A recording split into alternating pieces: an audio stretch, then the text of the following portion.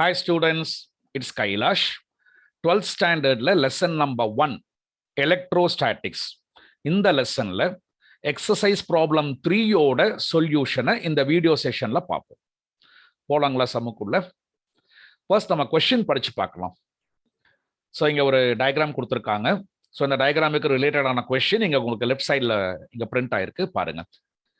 5 identical charges Q are placed equidistant on a semicircle as shown in the figure. இப்போ டயக்ராமுக்கு வாங்க. So ஒரு செமிசர்க்கிளோட circumference மேல ஈக்விடிஸ்டன்ஸ்ல equal டிஸ்டன்சஸ்ல 5 சார்ஜஸை நம்ம place பண்ணியிருக்கோம்.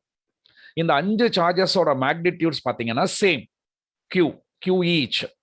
So we have 5 charges of equal magnitude, that is Q, placed on the circumference of a semicircle equidistant to one another.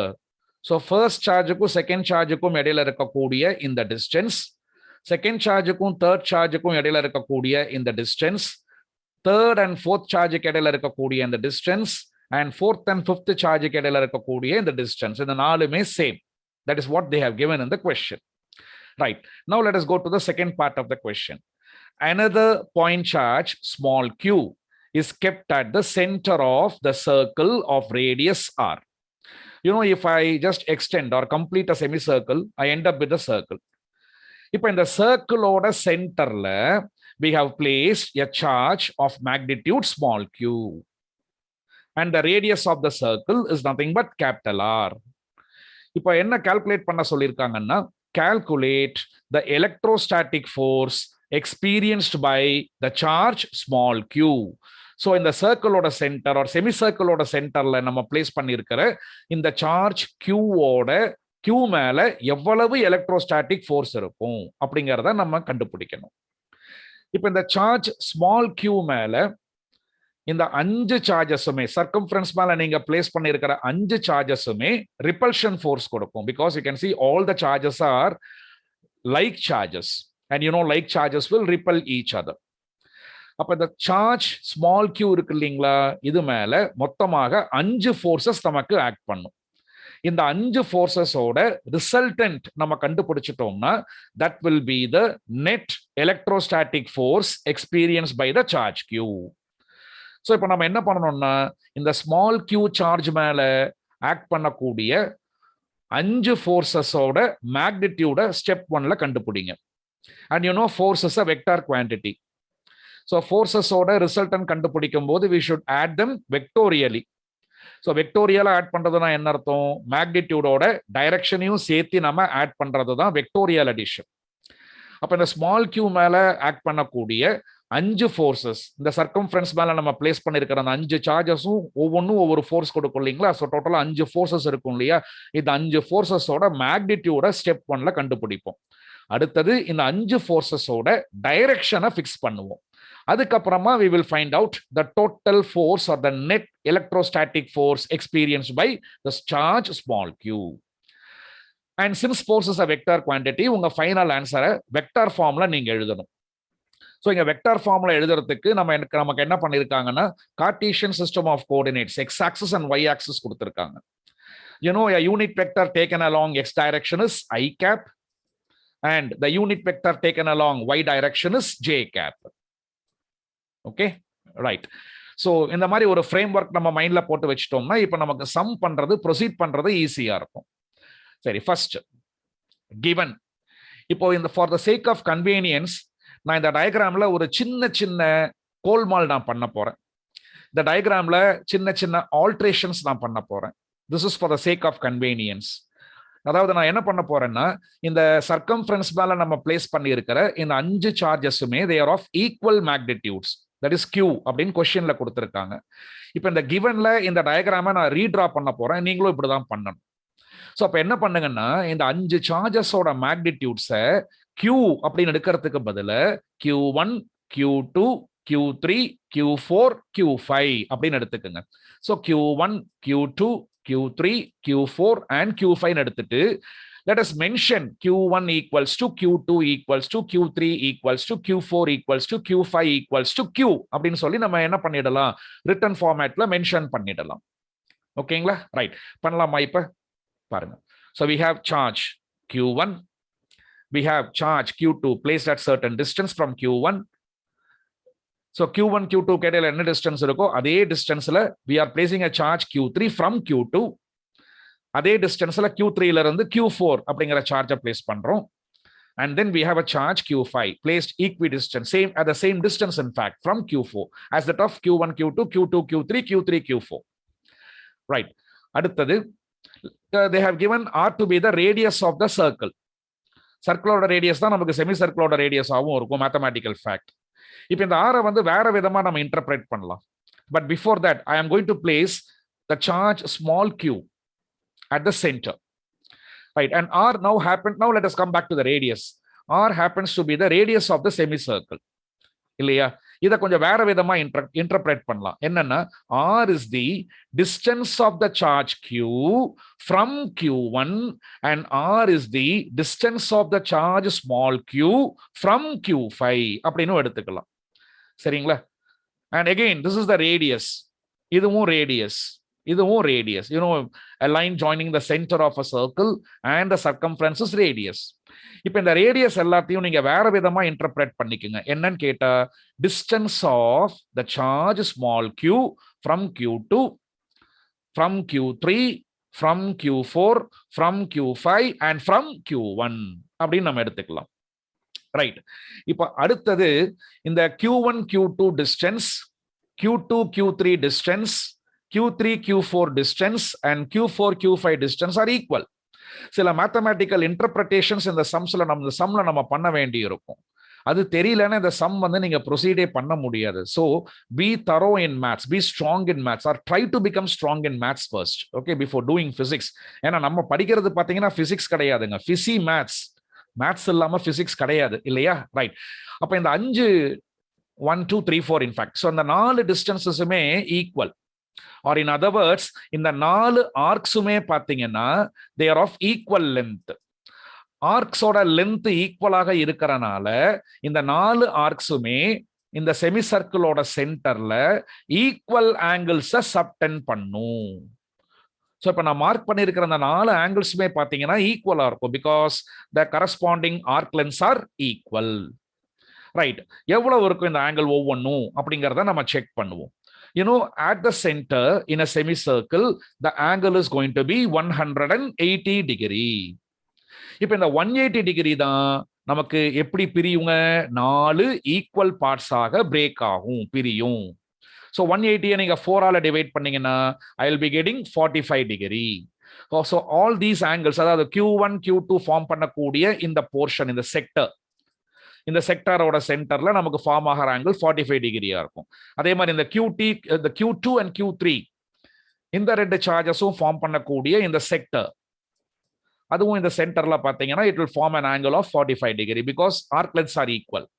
Okay, so in fact all these 4 angles are equal to 45 degree. 180 divided by 4. So let me mark those angles. So 45 degree. Okay, right. அடுத்தது நான் என்ன பண்ண போறேன்னா, இந்த Q2 and Q-வை join பண்ணக்கூடிய இந்த line and Q4 and Q-வை ஜாயின் பண்ணக்கூடிய இந்த லைன், இதை ரெண்டையும் நான் கொஞ்சம் எக்ஸ்டெண்ட் பண்ண போறேன், ப்ரொடியூஸ் பண்ண போறேன். You can see I have produced the line joining Q4 and the charge small q. So இந்த ஆங்கிள் இருக்கு பாத்தீங்களா, என்னவா இருக்கும்னு கேட்டீங்கன்னா 45 டிகிரியா இருக்கும். So let me mark it 45 degree. Why is it 45 degree in கேட்டா, these two, the blink ஆகிற இந்த 2 angles பாருங்க, these two are vertically opposite angles. Vertically opposite angles எப்பவுமே எப்படி இருக்கணும், ஈக்குவலா இருக்கணும். இப்போ அதே மாதிரி அடுத்தது Q2 and small q, இதை ஜாயின் பண்ணக்கூடிய இந்த லைன், இதை நான் ப்ரொடியூஸ் பண்றேன், எக்ஸ்டெண்ட் பண்றேன். So the angle over here is again 45 degree. ஏன் கேட்டா, these two are vertically opposite angles. Is it clear? Right. Now let me remove this diagram given in the question. Okay, அவரோட use முடிஞ்சது. இப்ப x டைரக்ஷன்ல நம்ம எடுத்துக்கக்கூடிய unit vector i cap, y directionல நம்ம எடுத்துக்கக்கூடிய unit vector j cap. So இந்த டயகிராமை நீங்க givenல ஃபர்ஸ்ட் வரைஞ்சுக்கணும். Now I have to mention all these 5 charges are of equal magnitude. Okay, so அதை mention பண்ணிடலாங்களா? So q1 equals to q2 equals to q3 equals to q4 equals to q5 equals to q. Take it as number 1. இதை வந்து நீங்க இந்த givenலயே நீங்க பண்ணிடலாம். Right, இப்ப q1 small q மேல கொடுக்கிற ஃபோர்ஸை f1 அப்படின்னு எடுத்துக்கலாம். q2 ஸ்மால் q மேல கொடுக்கிற ஃபோர்ஸை f2, q3 ஸ்மால் q மேல கொடுக்கிற ஃபோர்ஸை f3, q4 கொடுக்கிற ஃபோர்ஸ் f4, q5 கொடுக்கிற ஃபோர்ஸ் f5 அப்படின்னு எடுத்துக்கலாம். சரியா? சோ அதை mention பண்ணிடலாங்களா? let f1, f2, f3, f4, f5 be the forces offered by q1, q2, q3, q4 and q5 respectively. யார் மேல? on charge small q. Okay, right. இப்போ இந்த small q இருக்காரு பாத்தீங்களா? இந்த சார்ஜ் q1 ல இருந்து என்ன டிஸ்டன்ஸ்ல இருக்கு? r. q2 ல இருந்து என்ன டிஸ்டன்ஸ்ல இருக்கு? r. q3 ல இருந்து r, q4 ல இருந்து r and q5 ல இருந்து r. அப்ப இந்த ஸ்மால் q மேக்னிடியூட் இருக்கக்கூடிய இந்த சார்ஜ் பாத்தீங்கன்னா சர்க்கம்ஃபரன்ஸ் மேல இருக்கக்கூடிய அந்த 5 சார்ஜஸ்ல இருந்து ஈக்குவல் டிஸ்டன்ஸ்ல இருக்கு. Okay, point number 1. அண்ட் ரெண்டாவது பாயிண்ட், இந்த 5 சார்ஜஸுமே சர்க்கம்ஃபரன்ஸ் மேல இருக்கிற அந்த 5 சார்ஜஸுமே they are of equal magnitude, that is from 1. அப்ப இந்த ரெண்டு கண்டிஷனை கம்பைன் பண்ணி நம்ம யோசிச்சு பார்க்கும்போது force offered by q1, q2, q3, q4, q5 on small q should be same magnitude. இந்த 5 சார்ஜஸுமே இந்த ஸ்மால் q மேல கொடுக்கக்கூடிய ஃபோர்ஸோட மேக்னிடியூட் எப்படி இருக்கும்னா சேமா இருக்கும். ஏன்னு கேட்டா இந்த 5 சார்ஜஸுமே மேக்னிடியூட்ல equal. And small q charge இந்த சர்க்கம்ஃபரன்ஸ் மேல இருக்கிற அந்த ஒவ்வொரு சார்ஜ் அந்த 5 சார்ஜஸ்ல இருந்தும் ஈக்வி டிஸ்டன்ட்ல இருக்கு. So since the distance of small q from all the 5 charges are same, and since all the 5 charges on the circumference of the semicircle are of equal magnitude, small q will be acted upon by 5 forces of equal magnitude. So இதை நம்ம givenல எப்படி எழுத போறோம்னா f1 equals to f2 equals to f3 equals to f4 equals to f5. This is because q is equidistant from all the charges and from expression 1. So we can conclude f1 equals to f2 equals to f3 equals to f4 equals to f5. Right, இப்ப q1 q மேல கொடுக்கக்கூடிய ஃபோர்ஸை எப்படி கண்டுபிடிக்கிறது? q2 q1 small q மேல கொடுக்கிற ஃபோர்ஸை எப்படி கண்டுபிடிக்கிறது? q3 ஸ்மால் q மேல கொடுக்கிற ஃபோர்ஸ், q4 ஸ்மால் q மேல கொடுக்கிற ஃபோர்ஸ், q5 ஸ்மால் q மேல கொடுக்கிற ஃபோர்ஸ், அந்த 5 ஃபோர்ஸஸை எப்படி நம்ம கண்டுபிடிக்கலாம்? கூலும்ஸ் இன்வர்ஸ் ஸ்கொயர் லா.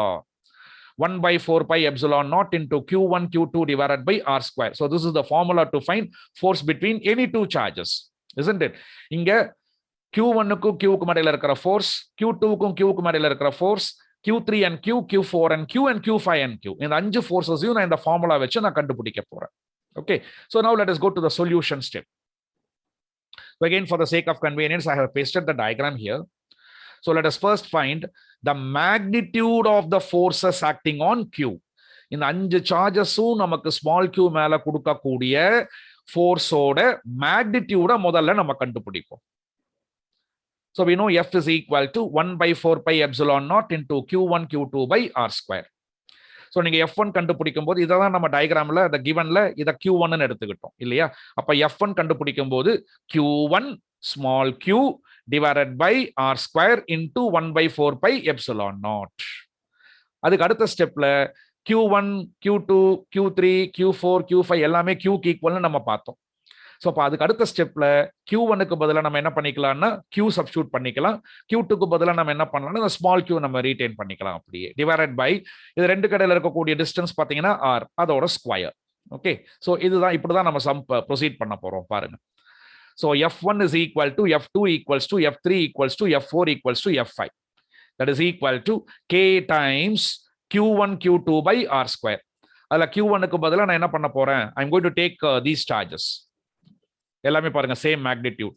அப்போ q into q2ங்கிறது the charge small q placed at the center. So I end up with 1 by 4 pi epsilon naught is k.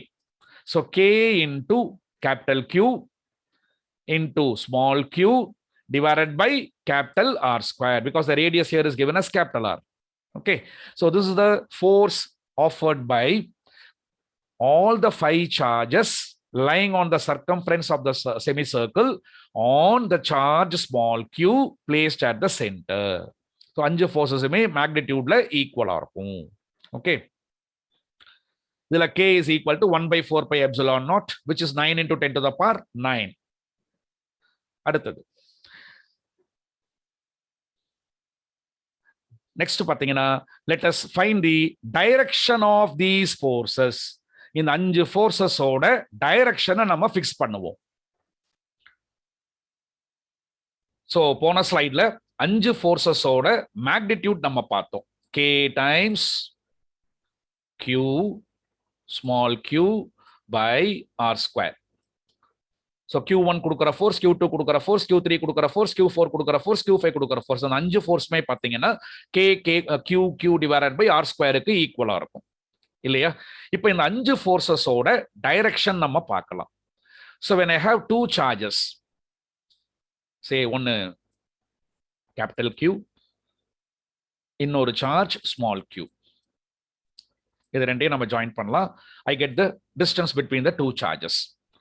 இப்போ நான் ஸ்மால் கியூ மேல இந்த கேபிட்டல் கியூ கொடுக்கக்கூடிய ஃபோர்ஸ் முதல்ல அட்ராக்டிவா ரிப்பல்சிவா அப்படிங்கறத கண்டுபிடிப்போம். இது ரெண்டும் பாத்தீங்கன்னா லைக் சார்ஜஸ். அப்ப ஸ்மால் கியூ மேல இந்த கேபிட்டல் கியூ கொடுக்கிற ஃபோர்ஸ் வந்து ரிப்பல்சிவ் ஃபோர்ஸா இருக்கும். which means the force on small q will act away from capital Q. That is, small q will tend to move away from capital Q because the force is repulsive. அப்ப ஃபோர்ஸோட direction எப்படி இருக்கும்னு கேட்டா away from Q ஆ இருக்கும். away from Q இந்த direction mark பண்ணும்போது ரொம்ப ரொம்ப முக்கியமான ஒரு விஷயத்தை நீங்க கவனிக்கணும். The direction of the force will lie on the line joining the two charges. அப்ப நான் இந்த ஃபோர்ஸோட டைரக்ஷன் வரையும் போது see to that the line of action of the force lies on the line joining the two charges.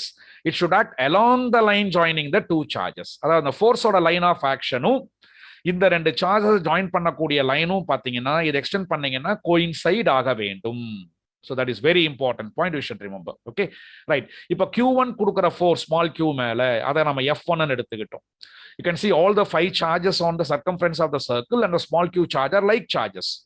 அப்ப Q1, Q2, Q3, Q4, Q5 small q மேல repulsive force தான் உங்களுக்கு கொடுக்கும். Which means the force due to Q1, that is F1, that's what we have taken. Okay, F1 will act away from Q1 and this is the line joining Q1 and Q. அப்ப Q1 கொடுக்கிற force எப்படி இருக்கணும்னா it should act along the line joining. அப்ப இப்படி இருக்கணும். So Q1 கொடுக்கிற ஃபோர்ஸை F1 ன்னு அசியூம் பண்ணிட்டோம்னா so the line of action of the force F1 should lie on the line joining Q1 and Q. So the direction fix பண்றது ரொம்ப கேர்ஃபுல்லா நீங்க பண்ணணும். So this is F1, direction of the force offered by Q1 on small q. அடுத்தது Q2 கொடுக்கிற force. So this is the line joining Q2 and small q. அப்ப அந்த line மேலேயே along that line ஆக்ட் பண்ற மாதிரி F2 நீங்க வரைங்க. Direction of force. Okay, வரையலாமா? பாருங்க. So F2, the line of action of the force F2 is along the line joining Q2 and small q. இதே மாதிரி Q3 கொடுக்கிற force. Let it be F3. So if you look at the line of action of F3, it is lying on the line joining Q3 and small q. அடுத்தது F4. The line of action of F4 lies on the line joining Q4 and small q. So the direction fix பண்றது ரொம்ப கேர்ஃபுல்லா நீங்க fix பண்ணணும். And the force offered by Q5, F5, all the 5 forces are repulsive. That's why we have marked it outwards, away from the charge small q. Okay, it's lying on the line joining Q5 and Q. So which means the charge small q placed at the center is now acted upon by 5 forces. So அதை மட்டும் இங்க நான் வரைஞ்சு காமிக்கிறேன் அடுத்ததுல. And again, the angle here is 45 degrees. Already earlier slide la nama paathom, the given la paathom.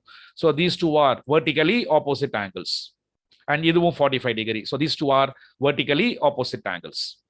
Now, let me just draw small q and the various forces F1, F2, F3, F4, F5 acting on it separately. You can see.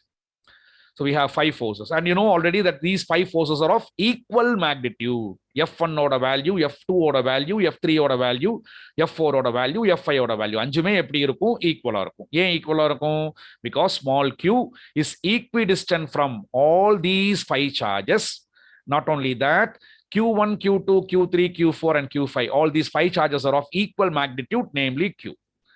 அப்ப இந்த 5 ஃபோர்ஸஸ்மே பாத்தீங்கன்னா மேக்னிடியூட்ல ஈக்குவலா இருக்கும். So though they are equal in magnitude, they are acting in different directions. Right. இப்போ இந்த F1 and F5 பாத்தீங்கன்னா they are exactly opposite to each other. And moreover, they are equal. அப்ப இந்த ரெண்டு ஒண்ணு என்ன பண்ணிடுங்க? கேன்சல் பண்ணிடும். So F1 and F5 will cancel each other as they are equal and opposite. Now the charge Q is acted upon only by the 3 forces. Yararu? F2, F3 and F4. So அந்த diagram இன்னொரு தடவை உங்களுக்கு ஸ்லைட்ல நான் காமிக்கிறேன். So you can see small q is now acted upon only by 3 forces. இப்போ இந்த 3 ஃபோர்ஸஸோட resultant நீங்க கண்டுபிடிச்சீங்கன்னா அதுதான் ஸ்மால் q மேல ஆக்ட் பண்ணக்கூடிய net electrostatic force offered by all the 5 charges Q1, Q2, Q3, Q4, Q5 which were placed on the circumference of the semicircle. அப்ப நான் அந்த F2, F3, F4 ஓட ரிசல்டன்ட் இப்ப நான் கண்டுபிடிக்கணும். F2, F3, F4 ஓட ரிசல்டன்ட் கண்டுபிடிக்கிறதுக்கு I am going to follow resolution method. So F2 and F4 with respect to horizontal inclined இருக்கறனால F2 and F4 அதோட காம்போனன்ட்ஸா இப்ப நான் ரிசால்வ் பண்ண போறேன். So முதல்ல F4 அதோட காம்போனன்ட்ஸா ரிசால்வ் பண்ணலாம். Horizontal component. You know this angle is 45 degrees. Already we saw it in the earlier slide. And hence the horizontal component will be F sub 4 cos theta. இந்த angle எந்த காம்பனண்டோட form ஆகுதோ that will be cos theta times the vector that is being resolved. So இங்க F4 தான் resolve பண்றோம். இந்த 45 degree இந்த horizontal காம்பனண்டோட form ஆகுது. அப்ப இந்த ஹரிசாண்டல் காம்பனண்டோட வேல்யூ என்னவா இருக்கும்னா cos theta times the force F4 that is being resolved. So F4 cos theta. அடுத்தது vertical component F4 sin theta. இதே மாதிரி இப்ப F2 நம்ம ரெண்டு காம்பனண்டா ரிசால்வ் பண்ணலாமா? horizontal component. So here the angle is 45 degree and its magnitude is F2 cos theta and vertical component F2 sin theta. So இப்போ இந்த F4 and F2 நம்ம என்ன பண்ணிட்டோம்? அதோட காம்பனன்ட்ஸா பிரேக் பண்ணிட்டோம். So இப்போ எனக்கு இந்த F2 F4 எனக்கு வேண்டியது இல்லை. So இதை நான் ரிமூவ் பண்ணிட போறேன். இப்போ இந்த டயக்ராம் பாத்தீங்களா? The charge small q is acted upon by 5 forces, out of which one is the actual force and others are components of F2 and F4. So மொத்தமா நமக்கு 4 காம்பனன்ட் அப்புறம் ஒரு ஃபோர்ஸ் F3. இந்த 5 ஃபோர்ஸஸ் உங்களுக்கு இந்த small q மேல act பண்ணுது. இப்போ இந்த 5 ஃபோர்ஸஸோட டோட்டல் நான் கண்டுபிடிச்சேன்னா I will be getting the net force acting on small q. But before that F2 sin theta F4 sin theta they are equal and opposite because we know F2, F1, F2, F3, F4, F5 all are of equal magnitude. அப்ப F2 ஓட magnitude F4 ஓட magnitude same. இங்க theta வந்து நமக்கு 45 degree, the angle of inclination 45. அப்ப F2 sin 45, F4 sin 45 ரெண்டுமே magnitudeல சேமா இருக்கும் because F2 and F4 are equal, theta is 45 same in both the cases. அப்ப இது ரெண்டும் நமக்கு என்ன ஆயிடுங்க? கேன்சல் ஆயிடும். So thus F4 sin theta and F2 sin theta cancel each other as they are equal and opposite. அப்ப இது ரெண்டையும் நம்ம ரிமூவ் பண்ணிட்டோம்னு வெச்சுக்கோங்களேன். ஸ்மால் q மேல மொத்தமா 3 ஃபோர்சஸ் தான் இப்ப இருக்கும். F4 cos theta, F3 and F2 cos theta. So we have 3 forces. இந்த 3 ஃபோர்சஸுமே they are parallel to each other and they act along same direction. So you call them as like parallel forces.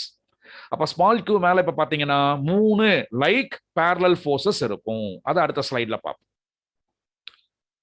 Right. Thus the charge q is acted upon by 3 forces.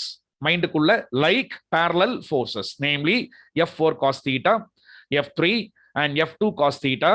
And if you look at these, the direction of these 3 forces, நம்ம டயகிராம்ல coordinate system இப்படி fix பண்ணியிருந்தோம். இது x axis, இது y axis fix பண்ணியிருந்தோம். இப்போ இந்த 3 ஃபோர்ஸஸோட direction of action பாத்தீங்கன்னா எந்த டைரக்ஷன்ல இருக்கு? x டைரக்ஷன்ல இருக்கு. So all these 3 forces are going to act along x direction. Like parallel ஃபோர்ஸஸோட ரிசல்டன்ட் எப்படி கண்டுபிடிக்கணும்? By adding them. Unlike parallel ஃபோர்ஸஸோட எப்படி கண்டுபிடிக்கணும்? அன்லைக் பேரல் ஃபோர்ஸஸ்ங்கிறது parallel forces which act along opposite direction. Unlike parallel ஃபோர்ஸஸோட ரிசல்டன்ட் or net total எப்படி கண்டுபிடிக்கணும்? By subtracting the smaller force from the greater force. Now here we have like parallel forces. So the resultant of these three forces is going to be the net electrostatic force on small q, which is offered by all the 5 charges q1, q2, q3, q4, q5, which were placed on the circumference of the semicircle. So thus F sub E is equal to, இது மூணுமே like barrel ஃபோர்ஸஸ்ங்கறனால அதை அல்ஜீப்ரிக்கலா add பண்ணி நம்ம resultant கண்டுபிடிக்கணும். Okay, so F4 cos theta plus F3 plus F2 cos theta. And direction of resultant, like parallel forces or resultant or direction எப்படி இருக்கும்? Will be same as that of the individual forces. The like parallel forces எந்த டைரக்ஷன்ல act பண்ணுதோ அதே டைரக்ஷன்ல தான் ரிசல்டன்ட்டும் act பண்ணும். So thus the resultant F sub E on small q will act along the same direction as that of the three forces F2 cos theta, F3 and F4 cos theta. Or in other words, F sub E is found to act along x direction. இப்போ இத vector ஃபார்ம்ல நம்ம போடுவோம். இந்த force இங்க நம்ம magnitude எழுதி இருக்கு, அது வெக்டார் ஃபார்ம்ல போடலாம். You know that any vector can be written as magnitude of the vector into a unit vector, say a cap, which acts along the direction of a vector. So இதை use பண்ணி நான் என்ன பண்ண போறேன்னா, இந்த force resultant ஃபோர்ஸை vector ஃபார்முக்கு நான் எழுத போறேன். ஸோ ஏ வெக்டாருக்கு பதிலா F sub E vector is equal to magnitude of f sub e vector என்ன? magnitude இதுக்கு modulus எடுக்கணும். modulus of f e vector is going to be f sub e. So a க்கு பதிலா இங்க f sub e இருக்கு. And I have to multiply this magnitude with a unit vector which acts along f e vector direction. And if you look at the direction of f e, it is along x direction. x directionல நம்ம எடுத்துக்கக்கூடிய unit vector யாரு? I cap. So magnitude of FE is multiplied with unit vector I cap. அப்ப இங்க A கேப்புக்கு பதிலா நம்ம யார் use பண்ணிருக்கோம்? I cap. Okay, அப்ப வெக்டார் ஃபார்முலா நீங்க இதை எழுதுனீங்கன்னா I will get F vector is equal to FE into I cap. So x directionல FE act பண்றனால I am multiplying the magnitude of F sub E with I cap. So first நம்ம என்ன பண்ணலாம்னா magnitude கண்டுபிடிப்போம். அதுக்கப்புறமா இதுல substitute பண்ணோம்னா நமக்கு vector form கிடைச்சிடும். Okay, we'll go to the next slide. So determination of magnitude of FE. Again, F sub E is equal to algebraic sum of the three forces. F4 cos theta plus F3 plus F2 cos theta. Already நம்ம earlier slideல நம்ம என்ன பண்ணோம்? F1, F2, F3, F4, F5 இந்த அஞ்சு forcesமே equal in magnitude ன்னு பார்த்தோம். And their magnitude was found to be K Q by R square, where K is 1 by 4 pi epsilon naught. இது எதோட magnitude? F1 ஓடது, F2 ஓடது, F3 ஓடது, F4 ஓடது, as well as F5 ஓடது. அப்ப இந்த F3, F2, F4 இந்த equation 3ல F2, F3, F4 வருது இல்லைங்களா? அதுக்கு பதிலா நான் என்ன சப்ஸ்டிட்யூட் பண்ணிக்கலாம்னா K into capital Q into small q over R square நம்ம சப்ஸ்டிட்யூட் பண்ணிக்கலாம். ஸோ அதை முதல்ல மென்ஷன் பண்ணிடுவோம். So substituting F4, F3 and F2 from 2. So in the equation தான் நம்ம 2 எடுத்துருப்போம். இதுல F1 and F5 are missing because they are cancelling each other. So அதை include பண்ணல அதுல. Okay. So F2, F3, F4 equals to K capital Q small q by R square. இது அப்படியே கொண்டு போய் நம்ம என்ன பண்ணலாம்னா எக்ஸ்பிரஷன் 3ல சப்ஸ்டிட்யூட் பண்ணுவோம். And theta is 45 degree. Okay. அதையும் சேர்த்து சப்ஸ்டிட்யூட் பண்ணலாம். பாத்தீங்களா? அப்ப F4 க்கு பதிலா K times Q by R square into cos 45 plus F3 Q divided by R square plus F2 Q by R square into cos 45. Okay, இது மூணுலயும் நமக்கு இந்த Q by R square காமனா இருக்கு. ஸோ இந்த காமனா நம்ம வெளியில் எடுத்துட்டோம்னா இங்க பெண்டிங் இருக்க, இங்க பேலன்ஸ் இருக்க போறது cos 45, இங்க பேலன்ஸ் இருக்க போறது 1, இங்க பேலன்ஸ் இருக்க போறது cos 45. So thus அடுத்த ஸ்டெப்ல taking the common term outside, I end up with something like this: cos 45 plus 1 plus cos 45 within the brackets, and வெளியில Q by R square. Now what is cos 45? 1 by root 2. So plus 1. Again, cos 45 is 1 by root 2. அப்போ அடுத்த ஸ்டெப்ல நமக்கு இதே result தான் கிடைக்கும். I am going to substitute the values of cos 45. Okay, 1 by root 2 plus 1 plus 1 by root 2. That is what you will be getting within the brackets. So f sub e is equal to k q divided by r square into 1 by root 2 plus 1 by root 2 plus 1 by root 2. And 1 by root 2 plus 1 by root 2 is 2 by root 2 plus 1. So 2 by root 2 plus 1. LCM எடுத்து நீங்க அதை add பண்ணீங்கன்னா you end up like this. 1 by 4 pi epsilon naught into q by r square into root 2 plus 1.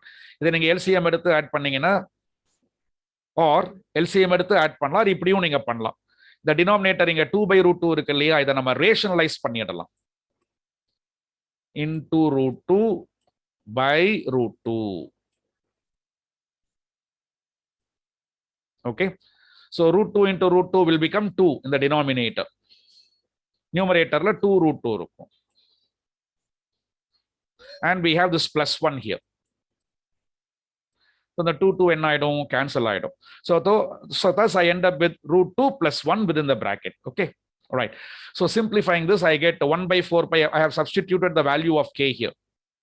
So 1 by 4 pi epsilon naught into q by r square into root 2 plus 1. So this is the magnitude of the electrostatic force acting on small q.